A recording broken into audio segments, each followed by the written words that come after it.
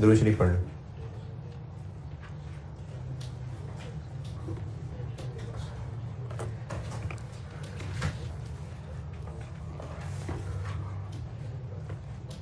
एक सवाल होमवर्क कहा था, अगर किया हो ट्राई तो अच्छी बात। किया है ट्राई? नहीं, वो बहुत मसले हैं। हाँ वो होंगे। असल में ना ये सवाल इंट्रो के प्रॉपर पेपर का है, पास्ट पेपर का, और उसमें प्रॉपर बैड डेट की कैलकुलेशन, स्पेसिफिक प्रोविजन वो पढ़ाई होती थी। तो ये सवाल चूंकि है ही इंट्रो का और उस इंट्रो में ही बैड डेट का चैप्टर था, तो इसलिए उसकी कैलकुलेशन उसने अंदर लिस्ट की हुई थी। तो मैं समझा जरूर देता हूं, लेकिन इस प्रोविजन कैलकुलेशन की ज्यादा टेंशन नहीं लेनी, क्योंकि अब आपको ये उस तरह से कॉम्प्लिकेटेड कैलकुलेशन नहीं होगी टेस्ट, क्योंकि ये असल में इंट्रो का सवाल था और उस इंट्रो ही में बैड डेट भी होता था चैप्टर, तो इसलिए वो ज्यादा कॉम्प्लिकेटेड है। बैड डेट की कैलकुलेशन के अलावा बाकी जो एरर्स हैं 2, 3, 4, 5, 6, इनमें अगर इशू है तो वो मैं बिल्कुल तसल्ली से डिस्कस कर रहा हूं। वैसे तो मैं पॉइंट 1 भी कर रहा हूं, लेकिन ये ज्यादा इंपॉर्टेंट है। अगर आपसे नहीं हुए तो ये फिक्र की बात होनी चाहिए। किया है सवाल तो मैं डिस्कस कर रहा हूं। क्वेश्चन नंबर 10 होमवर्क दिया था मैंने, और रिक्वायरमेंट ए में रेक्टिफाइंग एंट्रीज मांगी है। नंबर 1, डेटर्स का बैलेंस दिया हुआ है, प्रोविजन का बैलेंस दिया हुआ है। इट वाज नोटेड, पहला बुलेट पॉइंट, 2.5 लाख का एक बैलेंस है जो पिछले सालों में कभी राइट ऑफ हो गया था, इस साल उससे पैसे मिल गए, तो बैड डेट रिकवर्ड। तो जितने पैसे मिले कैश डेबिट और बैड डेट रिकवर्ड क्रेडिट होना चाहिए था। इसमें सिर्फ एक वर्ड कंफ्यूज करता है, बच्चे से धोखा खा के इसको डिस्काउंट अलाउड समझना शुरू कर देंगे। ये 20% डिस्काउंट के वर्ड का मतलब नहीं कि यहां डिस्काउंट अलाउड आने लगा है। ये बैड डेट राइट ऑफ हो चुका हुआ था, an old outstanding balance which was return of previously, return of debtor से निकल चुका था। जब डेटर से ही खत्म हो चुका था तो डिस्काउंट अलाउड नहीं होगा इसमें। ये सिर्फ इतनी सी बात है कि डेट था कितना, वो आया वापस बंदा, उसने माफी मांगी, उसने कहा जी मैं पैसे देने को तैयार हूं, बस आपकी मेहरबानी, आपने मुझसे पूरे पैसे ना लें, बाकी माफ कर दें। तो हमने उसको 20% माफ कर दिया और 2 लाख उससे रिसीव कर लिए। ये मतलब है 20% डिस्काउंट का। तो फाइनली 2 लाख दे के सेटल हो गया मामला। अब ये कैश डेबिट और बैड डेट रिकवर्ड क्रेडिट होना चाहिए था, अकाउंटेंट ने फिर से डेटर क्रेडिट कर दिया। तो debtor debit, bad debt recovered credit, ये 2 लाख। हाँ जी, debtor debit, bad debt recovered credit. जो सामने क्लास में बैठे हुए लोग हैं, आप पूछेंगे नहीं तो मुझे मसला नहीं पता चलेगा। Bad debt debit, debtor debit, bad debt recovered credit 2 lakh, okay? नहीं ओके? ओके। दूसरा बुलेट पॉइंट, परचेज रिटर्न थी 5 लाख की। अच्छा अब देखिए, आपने ना अकाउंटेंट बन के सिस्टम को सामने रखते हुए कि एरर कहां पर हुआ है, सिस्टम में एरर कहां पर हो रहा है, और उसके मुताबिक भी अकाउंटेंट से गलती एक्सपेक्ट करना। ये नहीं कि उसने जान जान के पंगे लिए, गलती। परचेज रिटर्न थी, परचेज रिटर्न होती है creditor debit, purchase returns credit. जब इसको वो पोस्ट करने लगा होगा तो परचेज रिटर्न के अकाउंट में उसने क्रेडिट करना होगा और क्रेडिटर के अकाउंट में डेबिट करना होगा। अब इस बुलेट पॉइंट में ना ये नहीं लिखा,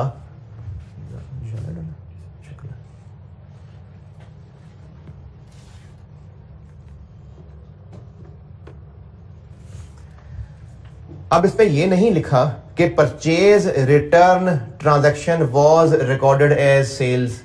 परचेज रिटर्न में चीजें जारी होती है ना, परचेज रिटर्न में हम सप्लायर को चीजें वापस कर रहे होते हैं। जैसे कल जो सवाल बोर्ड पे किया था उसमें कस्टमर से चीजें वापस आई थी, अकाउंटेंट ने इनको परचेजेस समझ लिया था, तो हमने परचेजेस रिवर्स की थी, सेल रिटर्न रिकॉर्ड की थी। यहां पर अंग्रेजी पे गौर करें, परचेज रिटर्न अमाउंटिंग टू इतनी was mistakenly debited to trade receivables. Purchase return ही थी लेकिन उसने डेटर को गलती से डेबिट कर दिया, यानी क्रेडिटर डेबिट करने के बजाय डेटर डेबिट कर दिया, क्योंकि वो डेबिट करने जा रहा था एक पार्टी डेटर को, क्रेडिटर को, तो उसने गलती से डेटर को डेबिट कर दिया। ये ठीक है, सिर्फ उसने मिस्टेकनली डेटर डेबिट कर दिया, किसकी जगह, क्रेडिटर की जगह डेटर डेबिट कर दिया। तो क्रेडिटर अब डेबिट कर देते हैं और डेटर क्रेडिट कर देते हैं। Bullet point 2। तीसरा बुलेट पॉइंट, 80,000 रुपया ड्यू है और ये बैंकरप्ट हो गए और बस इनसे कुछ नहीं मिलना, तो bad debt debit debtor credit. Provision फिर मैं अभी बाकी एरर्स पहले बता दूं, फिर प्रोविजन बता देता हूं, पहले बाकी एरर्स पे आते हैं। पॉइंट नंबर 2, मैंने आपको इन्वेंट्री चैप्टर की ना एंट्रीज कराई थी और उनमें से पीरियोडिक को ज्यादा फोकस करना है, क्योंकि FR 1 में पीरियोडिक लिखा भी हुआ है वैसे, पीरियोडिक इन्वेंट्री मेथड। कॉस्ट के लिए परपेचुअल ज्यादा जरूरी है, जो लोग कॉस्ट पढ़ रहे हैं इन्वेंट्री की परपेचुअल बेसिस ज्यादा इंपॉर्टेंट है कॉस्ट के लिए, और FR 1 के लिए पीरियोडिक। उनमें एक एंट्री थी गुड्स लॉस्ट की, और है आपके पास नोटेड, परचेजेस क्रेडिट और एबनॉर्मल लॉस डेबिट किया था मैंने, या शायद गुड्स लॉस डेबिट किए होंगे। Good loss debit, purchases credit. हुआ यह था कि इस साल कुछ गुड्स खराब हो गई थी, जाया हो गई थी, और 1,80,000 रुपए की थी। तो गुड्स लॉस्ट की एंट्री एबनॉर्मल लॉस या गुड्स लॉस्ट डेबिट और परचेजेस क्रेडिट, ये मैंने आपको इन्वेंट्री की एंट्री में कराई है, लिखी होगी आपके पास नोट्स में। 1,80,000 ये होना चाहिए था। फिर जब इंश्योरेंस वालों ने इसके क्लेम में 1.5 लाख दे दिया, तो हमें लगता था 1,80 डूब गया, लेकिन जब इंश्योरेंस वालों से 1.5 लाख मिल गया, तो जो एक्सपेंस पूरा बना चुके हैं 1.5 लाख रिकवर हो गया, तो एक्सपेंस क्रेडिट कर देना। तो expense credit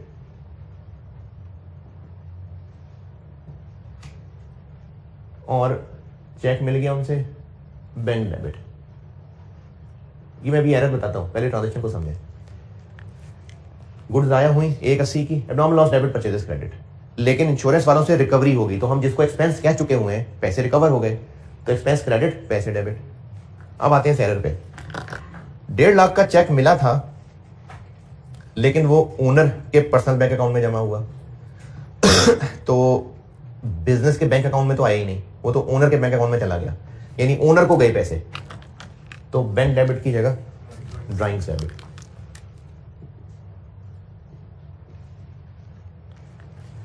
no entries have been made, तो लॉग कर दो। ये एरर 2 है। इंश्योरेंस क्लेम रिसीवेबल तो अब जरूरत ही नहीं रही ना, मिल गए। रिसीवेबल तो तब जब उन्होंने क्लेम एडमिट किया होता और कहा होता दे देंगे पैसे बाद में, फिर इंश्योरेंस क्लेम रिसीवेबल बनता, तो दे दिए पैसे उन्होंने, तो रिसीवेबल तो है ही नहीं। फिर वो क्या होगा, एक्सपेंस होगा, इनकम होगी, ऐसे होगा, एक्सपेंस क्रेडिट कर दिया, ठीक है।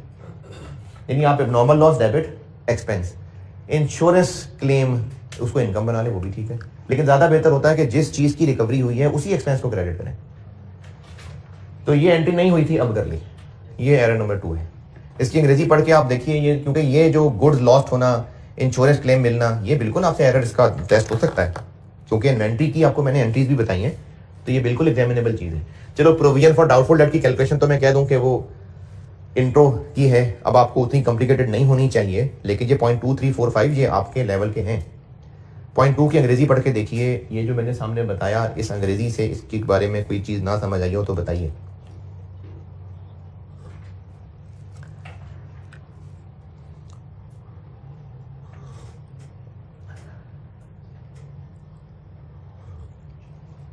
जी,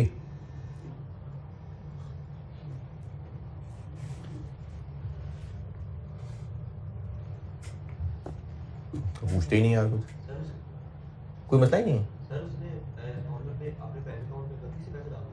चाहे गलती से गए, चाहे जानबूझ के गए, बिजनेस के बैंक अकाउंट में तो नहीं आए ना, तो बिजनेस का बैंक तो नहीं डेबिट हो सकता। ओनर के बैंक अकाउंट में चले गए, चले गए, तो ड्राइंग डेबिट। ओनर को एहसास हो जाएगा, कल को पैसे वापस कर देगा, तो बैंक डेबिट और कैपिटल क्रेडिट कर लेंगे। रॉन्ग एंट्री है कि कुछ भी नहीं, खाली no entries have been made, हुआ ही नहीं ना, कुछ किया ही नहीं, no entries have been made. हाँ, तो ये वही तो है, ये इन्वेंट्री लॉस और ये क्लेम है। वो कह रहा है ना ही इन्वेंट्री लॉस की एंट्री की है और ना ही ये जो इंश्योरेंस क्लेम मिला है इसकी एंट्री की है।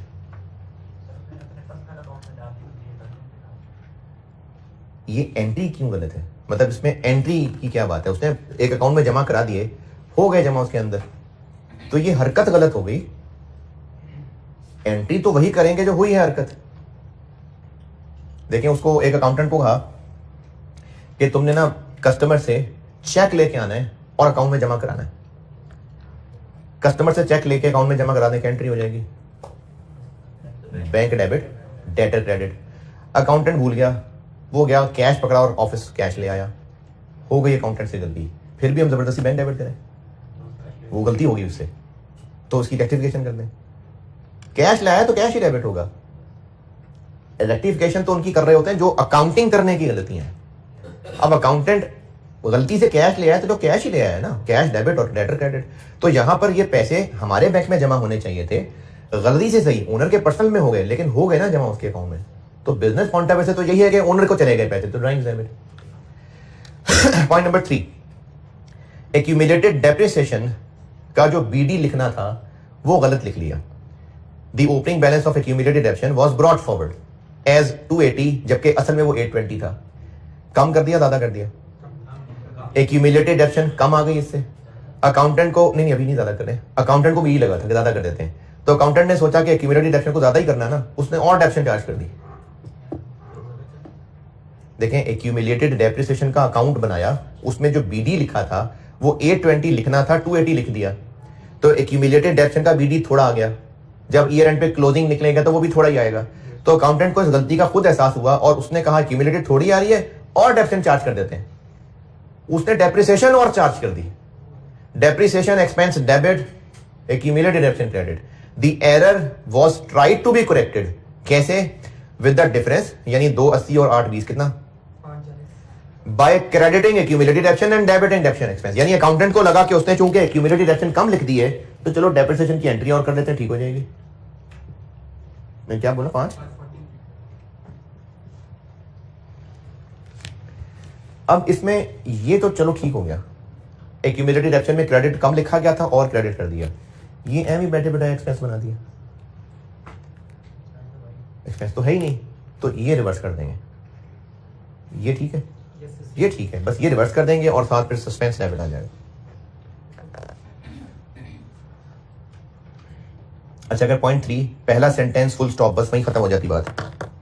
Opening balance of accumulated depreciation was brought forward as इतना इंस्टेड ऑफ इतना, फुल स्टॉप, खत्म है। तो एक्यूमुलेटेड डेप्रिसिएशन को और क्रेडिट कर देते, सस्पेंस डेबिट कर देते। अभी एक्यूमुलेटेड को इसलिए ठीक नहीं कर रहे क्योंकि उसने ठीक कर लिया, ये गलती कर गया, तो डेप्रिसिएशन एक्सपेंस क्रेडिट और suspense debit. Point number 4, goods खरीदी थी और हम तक पहुंच भी गई थी, लेकिन उसने परचेजेस रिकॉर्ड ही नहीं की, तो अब रिकॉर्ड कर लें। Purchases debit, creditors credit. और जिनको लग रहा है कि रिकॉर्ड कर तो नहीं है, वो अगले साल में किए हैं। हम इस वक्त 2019 की बात कर रहे हैं, तो वो जो अगले साल में उसने रिकॉर्ड कर ली हैं, अगले साल में वो रिवर्स करेंगे। आपसे सिर्फ 19 की रेक्टिफाइंग एंट्रीज पूछी हैं। 19 की रेक्टिफिकेशन ये होगी कि परचेजेस रिकॉर्ड करेंगे। आपसे नहीं पूछा, वैसे बता रहा हूं। अकाउंटेंट फिर 2020 में क्या करेगा?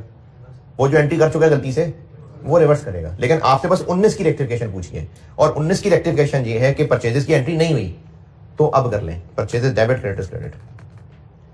और लास्ट, आपको पीरियोडिक सिस्टम पढ़ाते हुए क्लोजिंग स्टॉक की कहानी ये बताई थी कि साल के एंड पे फिजिकली काउंट किया जाता है, उसकी वैल्यू कैलकुलेट होती है, और फिर उस वैल्यू की बाकायदा डबल एंट्री होती है। क्या एंट्री होती है, अगर याद हो जरा जरा सी?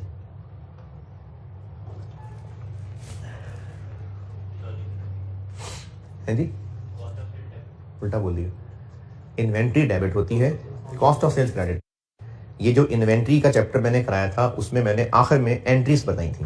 पीरियोडिक का कॉलम था, परपेचुअल का कॉलम था, और ये कहा भी था कि ये पीरियोडिक वाली आखिरी एंट्री याद रखिएगा, ये रेक्टिफिकेशन में काम आएगी। तो क्लोजिंग स्टॉक पीरियोडिक सिस्टम में एंट्री होती है इन्वेंट्री डेबिट और cost of sales credit. Last error ये है कि हमारे पास कुछ चीजें अमानत के तौर पे पड़ी थी। थर्ड पार्टी स्टॉक किसी का था, हमारी प्रेमिसेस में पड़ा हुआ था, वो इन्वेंट्री में काउंट हो गया। हमारी चीजें हैं ये, लेकिन इन्वेंट्री गिनने वाले ने इनको भी गिन लिया, तो क्या हुआ होगा? क्लोजिंग स्टॉक ज्यादा गिना गया होगा, inventory debit cost of sales credit ज्यादा अमाउंट से हो गई होगी, तो रिवर्स कर दें, तो कॉस्ट ऑफ सेल्स वापस डेबिट और इन्वेंट्री क्रेडिट। ये लास्ट एरर था। आपके ठंडे रिस्पॉन्स से लग रहा है कि आपने नहीं किया ये सवाल। सच्ची सच्ची। प्रोविजन फॉर डाउटफुल डेट की कैलकुलेशन बहरहाल बता देता हूं जिससे नहीं हुई होगी। जो डेटर्स का ऊपर बैलेंस आ रहा है ये भी गलत है, इसमें हमने बीच एडजस्टमेंट्स किए हैं। और जो provision for doubtful debt 4 lakh आ रहा है फिर वो भी चेंज होगा। तो इन दोनों गिवन को वर्किंग में स्टार्ट किया, जो जो एरर्स ठीक किए वो उसमें एडजस्ट किए और फाइनल डेटर्स आ गए वर्किंग में। सही डेटर्स फाइनल कितने निकल आए? 2120। अब बता रहा हूं तो सुन नहीं रहे यार, प्रोविजन की कैलकुलेशन बता रहा हूं। डेटर्स जो सवाल में गिवन है 25 लाख, उनमें हमने एडजस्टमेंट्स की हैं तो सही डेटर्स निकाल लेते हैं। वो सही वाले डेटर्स निकल आए 2120। इन 2120 के ऊपर प्रोविजन कैलकुलेट होनी है। कैसे? इनमें से 6 लाख पे 25% और बाकी पे 5%। ये पॉइंट 2 से ऊपर वाली कहानी है। Provision for doubtful date maintain होती है 25% उन डेटर्स के लिए जो 6 महीने से ज्यादा पुराने हैं। और वो उसने कहा कि टोटल 6 लाख रुपए ऐसे हैं जो 6 महीने से ज्यादा पुराने तो 6 लाख पे 25% और 21-20 में से जो बाकी रह गए उन पे 5%। ये की हुई है प्रोविजन कैलकुलेट। और जो मजीद जो कम करनी है उसकी एंट्री कर दी। वर्किंग 1 वर्किंग 2 यही किया हुआ है।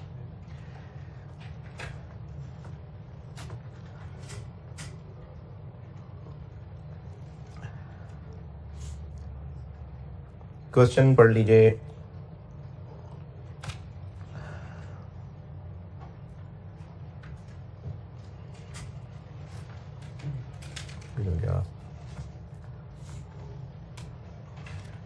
क्वेश्चन 6।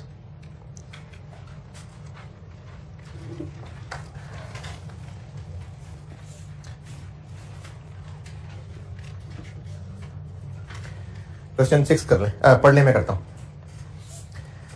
अच्छा, एंट्रीज काफी सारी प्रैक्टिस हुई है, अभी और भी करानी है। और कल मैंने एक सवाल में और इस सवाल में भी प्रॉफिट की एडजस्टमेंट भी बताई थी। इस सवाल ये जो होमवर्क वाला है इसमें भी, और जो कल मैंने बोर्ड पे सिखाया था उसमें भी रेक्टिफाइंग एंट्रीज भी सोल्यूशन में की हुई थी। तो रेक्टिफाइंग एंट्रीज अगर कर ली हुई हैं सोल्यूशन में, फिर प्रॉफिट ठीक करने को कहा है, तो क्या तरीका है? जो हमने अपनी रेक्टिफाइंग एंट्रीज में P&L आइटम डेबिट की हुई है वो लेस कर देंगे, और जो क्रेडिट की हुई है ये तो तब आसानी आएगी अगर रेक्टिफाइंग एंट्रीज की हुई है सवाल में।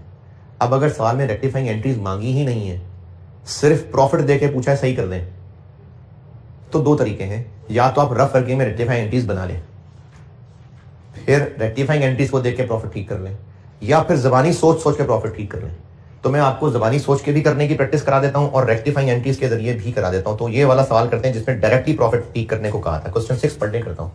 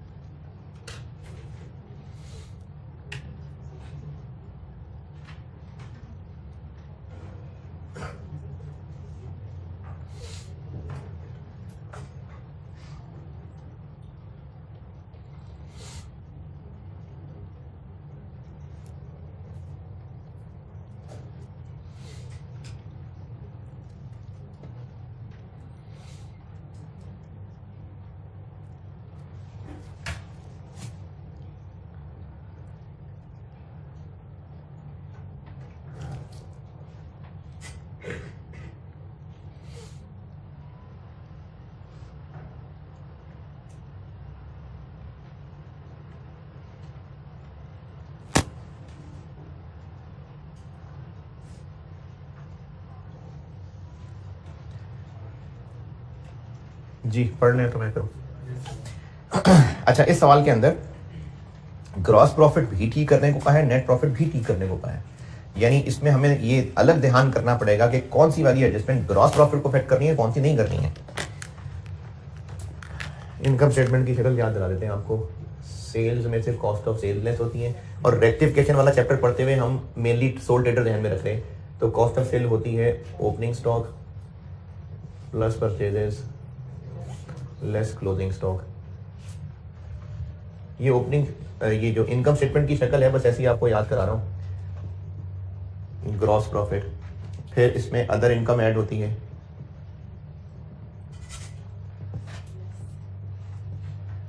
ऑपरेटिंग एक्सपेंसेस लेस होते हैं। ये बिल्कुल शुरू में नन्हे मुन्ने होते थे आप लोग, तब मैंने एक इनकम स्टेटमेंट का फॉर्मेट दिखाया था और सवाल भी कराए थे एक दो। ये होता है नेट प्रॉफिट, ये इनकम स्टेटमेंट है। कंपनी की इनकम स्टेटमेंट में ये इतनी डिटेल्स नहीं आ रही होती, वो कैश फ्लो के सवालों में भी उसकी शक्ल आती रही है सामने। वो एरर जो इधर कहीं इफेक्ट किया होगा इधर, उससे जीपी पे क्या असर पड़ेगा? जो इधर कहीं एरर हुआ होगा, तो यहां और यहां होने वाले एरर सिर्फ नेट प्रॉफिट को अफेक्ट किए हुए हैं, जीपी को नहीं। और इधर जो एरर हुए हैं वो दोनों को अफेक्ट किया हुआ है।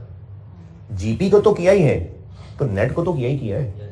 तो इसलिए हमें यह ध्यान करना पड़ेगा कि कौन सा एरर जीपी में ठीक होना है, कौन सा एरर नेट प्रॉफिट में ठीक होना है, कौन सा दोनों में ठीक होना है। अब इसको सॉल्व करने के दो तरीके हैं कि जीपी को अलग से ठीक करना शुरू करें, नेट प्रॉफिट को अलग से ठीक करना शुरू करें। जो एरर सिर्फ जीपी को अफेक्ट करता है उसको जीपी वाली कैलकुलेशन में लिखेंगे, जो नेट प्रॉफिट को अफेक्ट करता है सिर्फ उसको नेट प्रॉफिट में लिखेंगे, और जो दोनों को अफेक्ट करता है दोनों में लिखेंगे। और है सिर्फ जीपी वाला कोई नहीं होगा, सेल्स गलत लिख दी नहीं, हाँ दोनों का ना, मतलब जो जीपी को अफेक्ट कर रहा होगा वो दोनों को कर रहा होगा। और दूसरा तरीका एक है जो मैं आपको जिस तरह बोर्ड पे करके बताता हूं, वो भी एक तरीका है। तो इनकम स्टेटमेंट के फेस पे जो एरर इस एरिया से रिलेटेड है वो सिर्फ नेट प्रॉफिट को अफेक्ट करेगा, लेकिन जो इस एरिया से रिलेटेड है वो जीपी को भी अफेक्ट करेगा और नेट प्रॉफिट को भी अफेक्ट करेगा। ठीक है, अब इसको सॉल्व करने के लिए अगर सवाल में रेक्टिफाइंग एंट्रीज भी रिक्वायर्ड थी तो काफी सारी मेहनत हो चुकी हुई है। अब सिर्फ उन एंट्रीज को देखना है और जहां जहां P&L आइटम डेबिट या क्रेडिट हो रही है वहीं से देख के सीधा सीधा इस कैलकुलेशन में लिख देंगे। लेकिन अगर रेक्टिफाइंग एंट्रीज नहीं पूछी हुई तो फिर हमें एरर्स को प्रॉफिट के पॉइंट ऑफ व्यू से ही सोचना पड़ेगा कि इसकी वजह से प्रॉफिट ज्यादा हुआ होगा, कम हुआ होगा। ये सोचेंगे तो फिर एडलेस होगा। तो ये सोच के भी एडलेस बता देता हूं और वर्किंग में रेक्टिफाइंग एंट्री के जरिए से भी बता देता हूं। इसको सॉल्व करते हैं और मैं इसको इस तरह से सॉल्व किया करता हूं कि हम दोनों को साथ चलाएंगे। क्वेश्चन नंबर 4 6 हम दोनों कैलकुलेशन चलाएंगे साथ।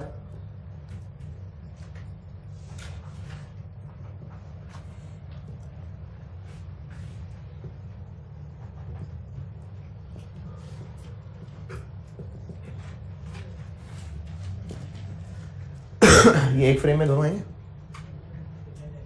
हैं? ये और ये दोनों आ जाएंगे, वो कॉर्नर नहीं आए खैर है, लेकिन ये एक फ्रेम में आ जाएंगे नजर। ये दोनों साथ चलाएंगे और इसमें जो सिर्फ जीपी को, जो सिर्फ नेट प्रॉफिट को अफेक्ट करने वाली चीजें होंगी वो यहां लिखेंगे, और जो दोनों को अफेक्ट करने वाली होंगी तो मैं उसको दोनों जगह नहीं लिखूंगा, मैं उसको सिर्फ यहां लिखूंगा और इन सबको टोटल करके एक ही बार यहां लिख दूंगा ताकि टाइम बचे।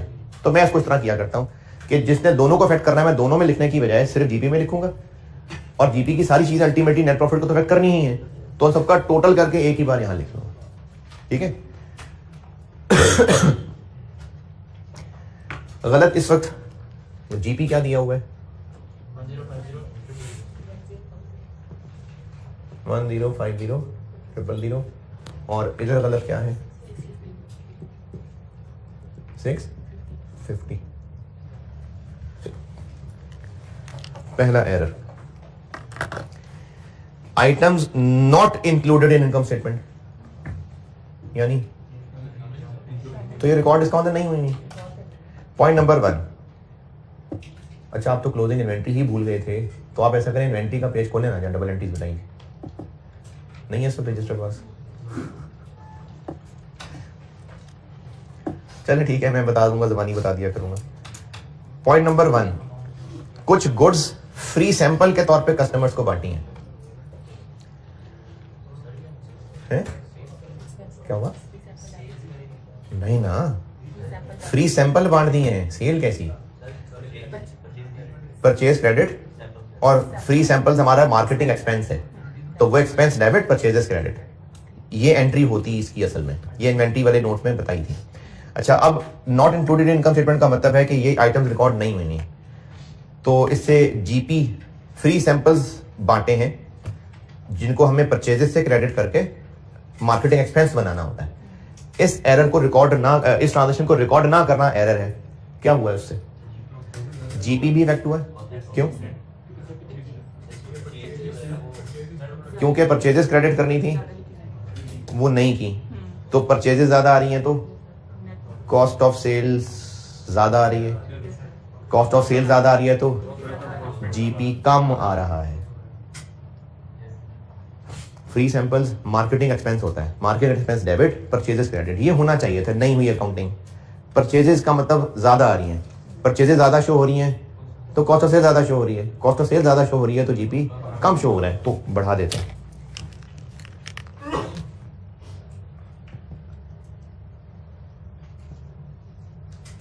कितनी?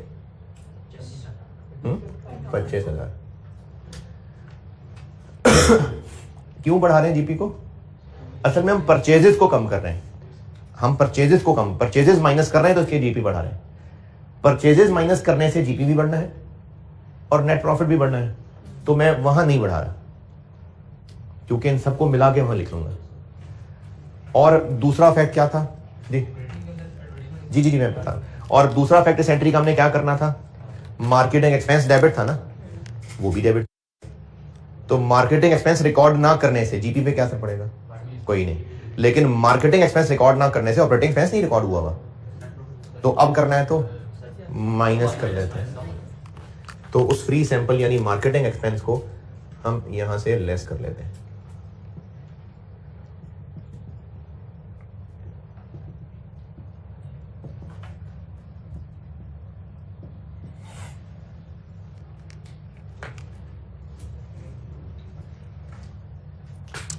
जी अच्छा, यही चीज अगर एंट्री के हिसाब से सोचें तो इस चीज को रिकॉर्ड नहीं किया हुआ यानी एंट्री नहीं की हुई, अब कर लें marketing expense debit, purchases credit. Purchases cost of sale item है, क्रेडिट करने का मतलब है कि हमने प्रॉफिट जीपी को बढ़ाना है, वो देखिए बढ़ा दिया जीपी को। मार्केटिंग एक्सपेंस डेबिट यानी प्रॉफिट को ये कम कर दिया।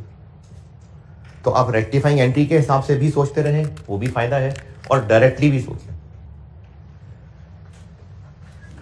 अच्छा, ये जो 25,000 ये लिखा है ना ऐड, ये भी यहां भी इफेक्ट करेगा ये, क्योंकि जीपी इफेक्ट होगा तो अल्टीमेटली नेट प्रॉफिट भी इफेक्ट होगा। लेकिन मैं कह रहा हूं कि सारी लाइनें एक एक करके दोबारा यहां लिखने की बजाय इनका टोटल करके एक ही लाइन यहां लिख देंगे कि चेंज इन या एडजस्टमेंट इन जीपी। इसलिए जो लाइन यहां आनी है ना वो यहां भी आनी है, लेकिन बार बार लिखने की बजाय इनको टोटल करके यहां लिख लें। और यहां कौन सी लाइनें आनी? जो सिर्फ जीपी के नीचे वाले एरर है, जो जीपी के नीचे वाला पोर्शन है, अदर इनकम और ऑपरेटिंग एक्सपेंसेस, उनके एरर यहां ठीक होने। अच्छा, अगर सवाल होता ही सिर्फ नेट प्रॉफिट ठीक करने का, फिर तो सारे ही इधर आने थे। ये तो भी सवाल जीपी और नेट में तोड़ दिया है, इसलिए हमने इसको तोड़ा है।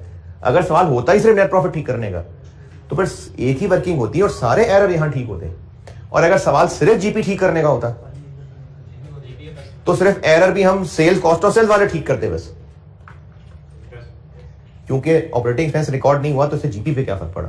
तो इसलिए अगर सिर्फ जीपी ठीक करने का सवाल है तो सिर्फ ये कैलकुलेशन है, और सिर्फ कौन से एरर यहां ठीक करने?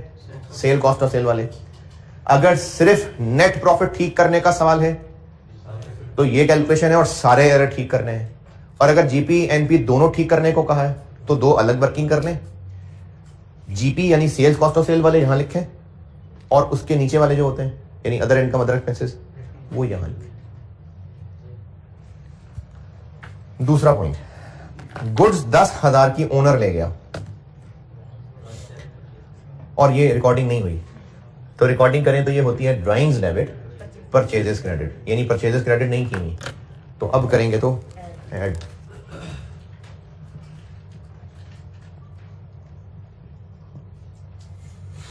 कितनी 10,000,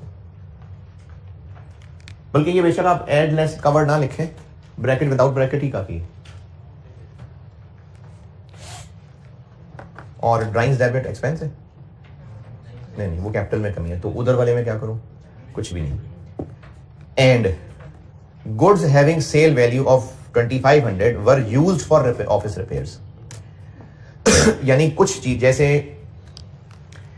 एक बिजनेस है जो ये लाइटें और ये हार्डवेयर स्टोर है, इलेक्ट्रिक स्टोर है, ये लाइटें वगैरह बेचते हैं, पंखे बेचते हैं, तो उस शॉप पे ही एक लाइट खराब हो गई तो वही रैक से निकाल के बल्ब ऊपर लगा लेगा। अब वो रैक में सारी चीजें रखी उसने बेचने के लिए थी, वो उसकी इन्वेंट्री थी, लेकिन उसकी ऑफिस में ही बल्ब खराब होने से वो इन्वेंट्री से बल्ब निकाला और ऊपर छत पे लगा लिया। तो अब ये जो इन्वेंट्री से बल्ब निकाल लिया, ऑफिस में रिपेयर्स में यूज कर लिया, इसकी क्या एंट्री होनी चाहिए? ड्राइंग्स कहां से?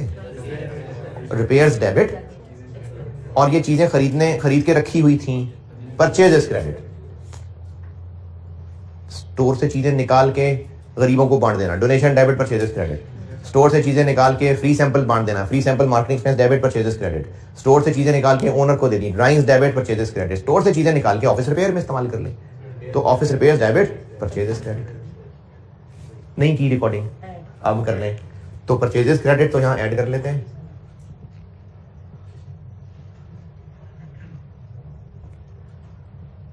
लेकिन जितने का वो बल्ब खरीदा था या जितने का हम बेचते होते हैं, हमें क्या कॉस्ट पड़ी? जितने का हम खरीदते होते हैं, तो वो तो 2500 नहीं है, 2500 का तो बेचते होते हैं।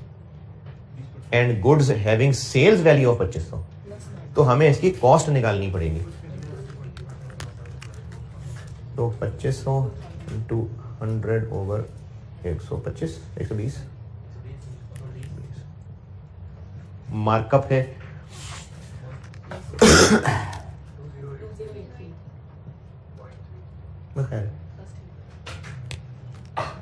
और ऑफिस रिपेयर्स डेबिट होना चाहिए था,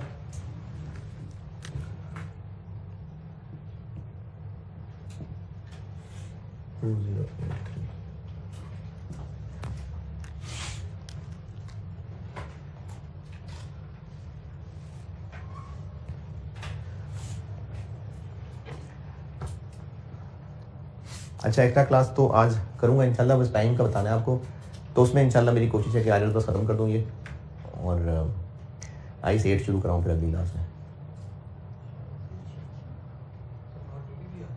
हैं अगर अवेलेबल हो गया कैमरा तो हाँ हैं, हाँ वो तो ग्रुप में कर दूंगा, टाइम जो भी मुझे फाइनल पता चलता है, पहले पता तो चल जाए रूम अभी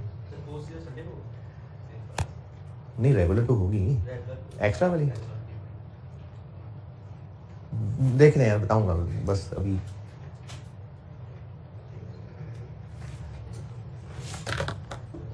पॉइंट नंबर 2 तक ये बड़े ठंडे ठंडे बैठे हुए हैं आपको। जी सर, यस सर, नहीं सर नहीं। Point number 3, unpaid salaries and transportation inward expenses payable, और इसको मैं यहां रोक के ऊपर वाली बात फिर रिपीट करता हूं, items not included in the income statement से बात शुरू हुई है, यानी वो चीजें हैं जिनको नहीं रिकॉर्ड किया। तो साल के एंड पे कुछ मजीद सैलरीज थी, चूंकि पे नहीं हुई थी इसलिए अकाउंटेंट ने इनको लिफ्ट नहीं कराई। कुछ ट्रांसपोर्टेशन के एक्सपेंसेस थे, चूंकि पे नहीं हुए थे इसलिए अकाउंटेंट ने इनको लिफ्ट नहीं कराई। ये कैसे पता चल रहा है? Item not included income statement, तो अकाउंट फॉर नहीं हुई तभी तो शामिल नहीं है इनकम स्टेटमेंट में। तो पॉइंट नंबर 3, इनकी नहीं हुई भी अकाउंटिंग, होती तो क्या होती? सैलरीज एक्सपेंस डेबिट, कैश कहां से? पेएबल ना, क्योंकि अनपेड है, तो salary expense debit, salary payable credit, transportation expense debit, payable credit. Salaries ये नॉर्मली ऑफिस के लोगों के लिए ही सैलरी का ही वर्ड यूज हो रहा होता है, तो सैलरीज रिकॉर्ड नहीं हुई, अब कर लें इधर कितनी 20,000 एड लेस और ट्रांसपोर्टेशन इनवर्ड, ये क्या चीज है? Inward, transportation inward.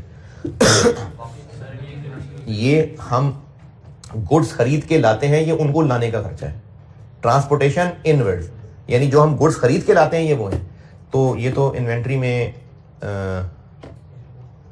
कॉस्ट का हिस्सा पड़ा हुआ है कि गुड्स हम खरीदते हैं, खरीद के लाते हैं, तो कॉस्ट का हिस्सा है, यानी तो परचेजेस का हिस्सा है। ये गुड्स खरीद के लेके आने का खर्चा है, तो वो तो कॉस्ट ऑफ परचेज का हिस्सा होता है। तो ये परचेजेस में डेबिट होना चाहिए, यानी परचेजेस डेबिट और transportation expense payable credit. Purchases debit होनी चाहिए कि नहीं हुई? अब कर लें ऐड लेस।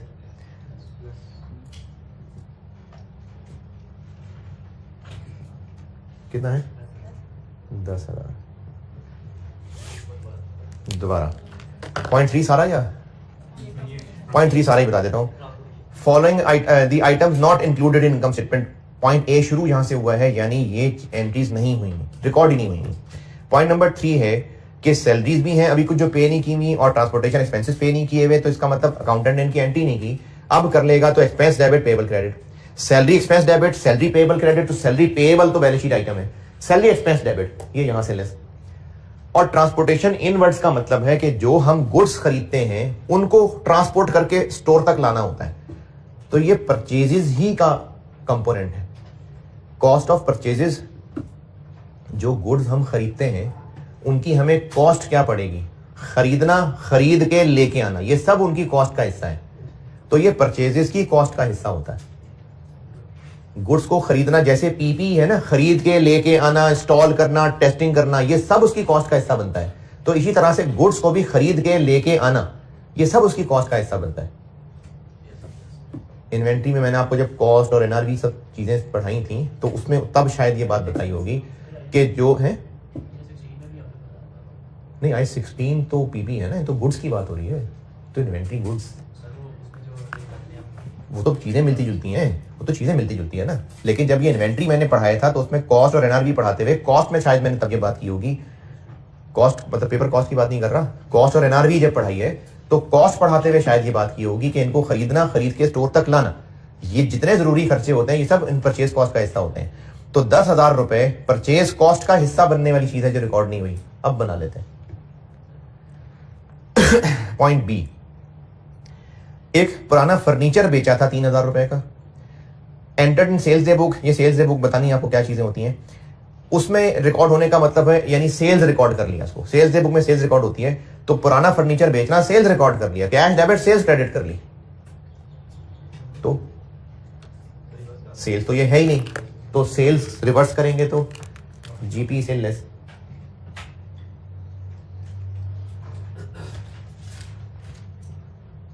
असल में ये क्या चीज है? असल में पीपी का डिस्पोजल है। 2,000 बुक वैल्यू वाला था जो 3,000 का बेचा है, तो असल में इस पे 1,000 का प्रॉफिट एंड डिस्पोजल होना चाहिए जो कि अदर इनकम में आना चाहिए था। तो क्या करें, उधर लेते हैं।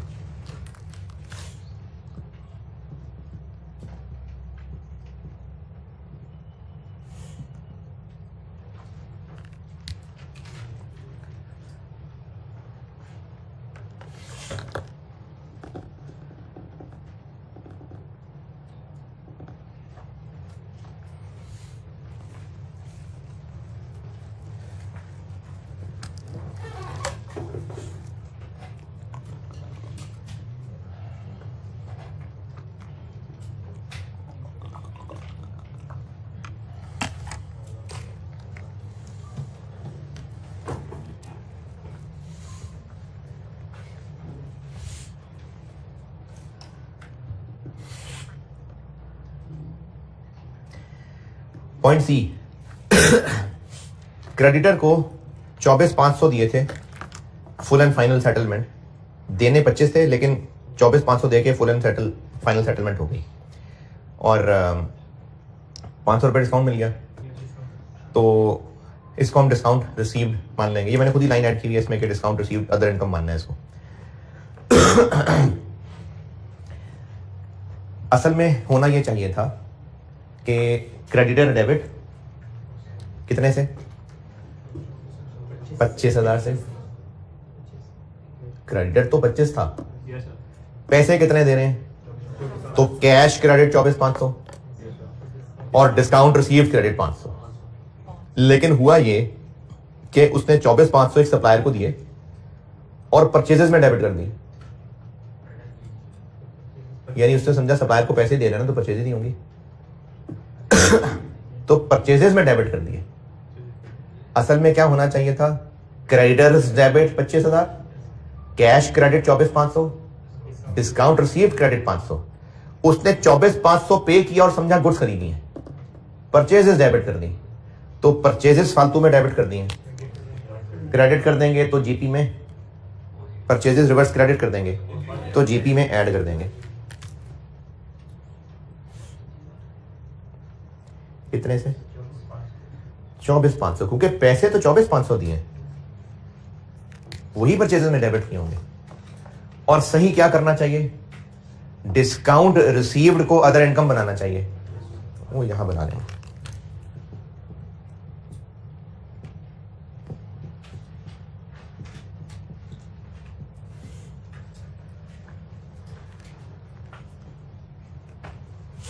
ये मैं आपको लिख के भी दिखा देता हूं।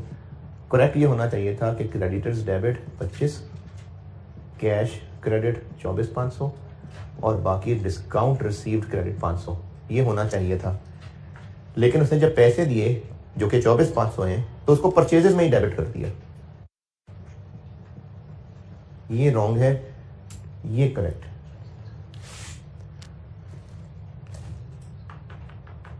तो अब रेक्टिफाइंग एंट्री ये होगी कि क्रेडिटर डेबिट 25,000, परचेजेस क्रेडिट 24,500 और discount receive credit 500।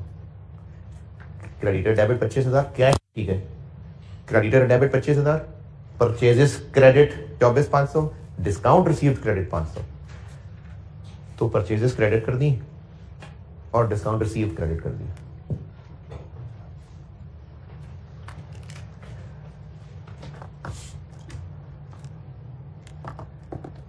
Point number D,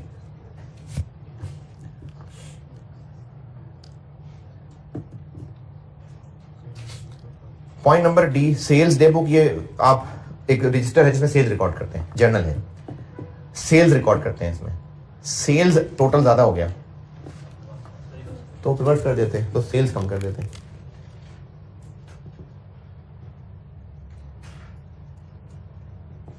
कितने से? 30,000।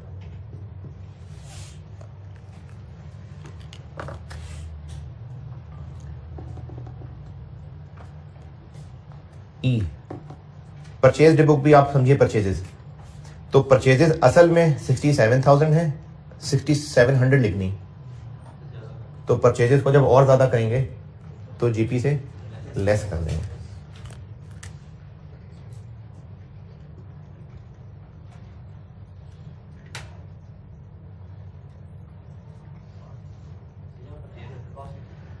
कह सकते हैं 60,300, 67,000 करना था, 6700 कर दिया बस, तो 60,300।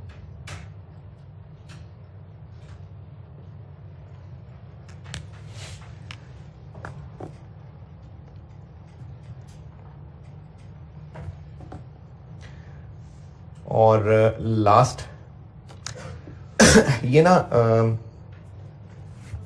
ये पहले कह रहे पुराने दौर में टेस्ट हुआ करता था, लेकिन अब IFRS 15 आ गया तो अब इस तरह की चीजें रह नहीं गई हैं। लेकिन फिर भी हो सकता है कोई पुराना सवाल देके पेपर में बना दे। ये वो गुड्स होती हैं सेल और रिटर्न बेसिस के कस्टमर को बेचते हैं। कस्टमर कहता है नहीं भाई हमने चीजें नहीं खरीदनी आपसे, फिर रख लो यार, 15, 10, 20 दिन दे देते हैं, सोच लेना, वापस करनी है तो वापस कर देना, नहीं तो रख लेना। इसको सेल और रिटर्न बेसिस कहते हैं, या सेल ऑन अप्रूवल बेसिस भी कहते हैं। कस्टमर नहीं खरीदना चाह रहा होता, पैसे भी नहीं दे रहा होता, सप्लायर कहता है रख लो, 10 दिन बाद देख लेना, 10 दिन का टाइम दे देते हैं, अगर पसंद आए तो रख लेना, नहीं तो वापस कर देना। इनको सेल कब मानना चाहिए? जब वो एक्सेप्ट कर ले, या 10 दिन टाइम गुजर जाए वापस ना करें, तो इनको सेल मान लिया at the time of dispatch, इनको मान लिया सेल, तो सेल नहीं मानना चाहिए था, सेल से निकाल देते हैं।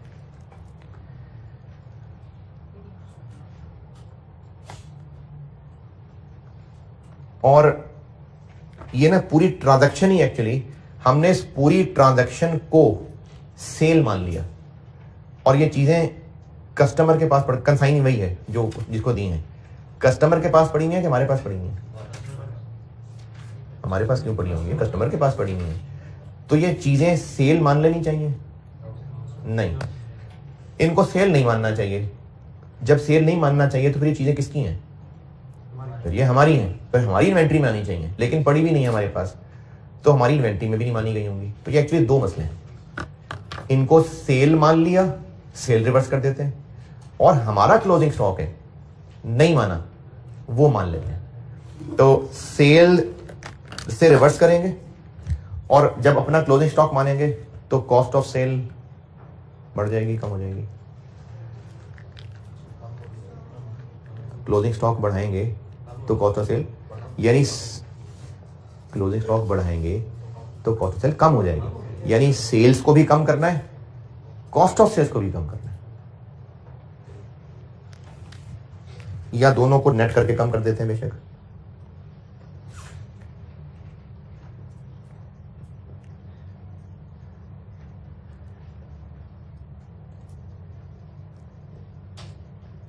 मैंने कहा सेल को भी कम करना है, कॉस्ट ऑफ सेल को भी कम करना है, तो प्रॉफिट को ही कम कर देते हैं। तो उन 18,000 की चीजों में कितना प्रॉफिट है?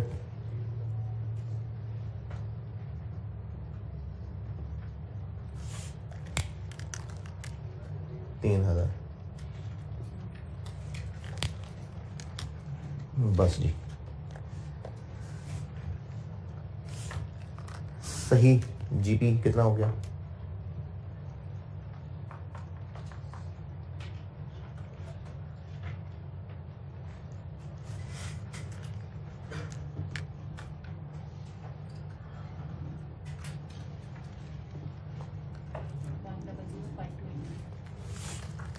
वन 1005283। और इन सब को वहां दोबारा लिखने की बजाय इन सब का एक कहेंगे हम एडजस्टमेंट इन जीपी, क्योंकि जो जीपी में एडजस्ट होना है उसने यहां भी आकर एडजस्ट होना है। तो वो सारी लाइनें अलग अलग लिखने की बजाय ऐसा करते हैं कि वन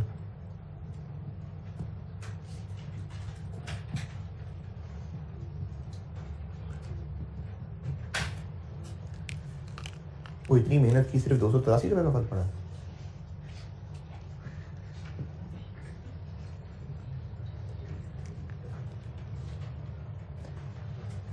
₹283 बढ़ा दिया ना जीपी, तो वहां भी 283 बढ़ा दिया।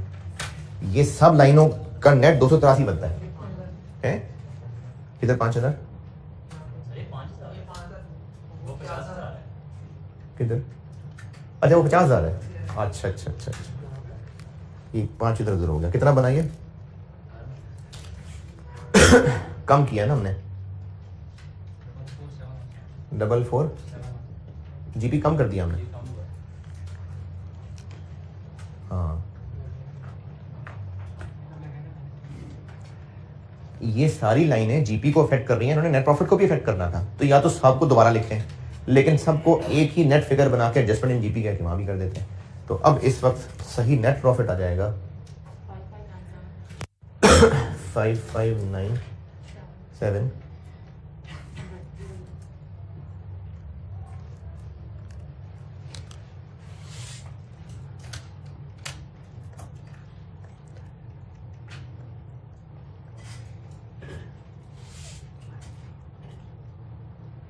सही।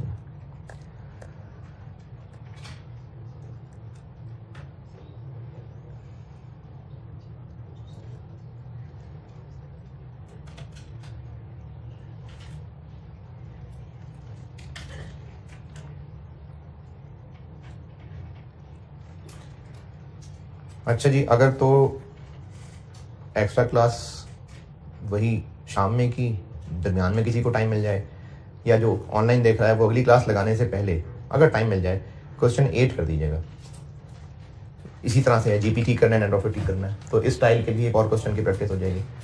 क्वेश्चन नंबर 8 कर दीजिएगा।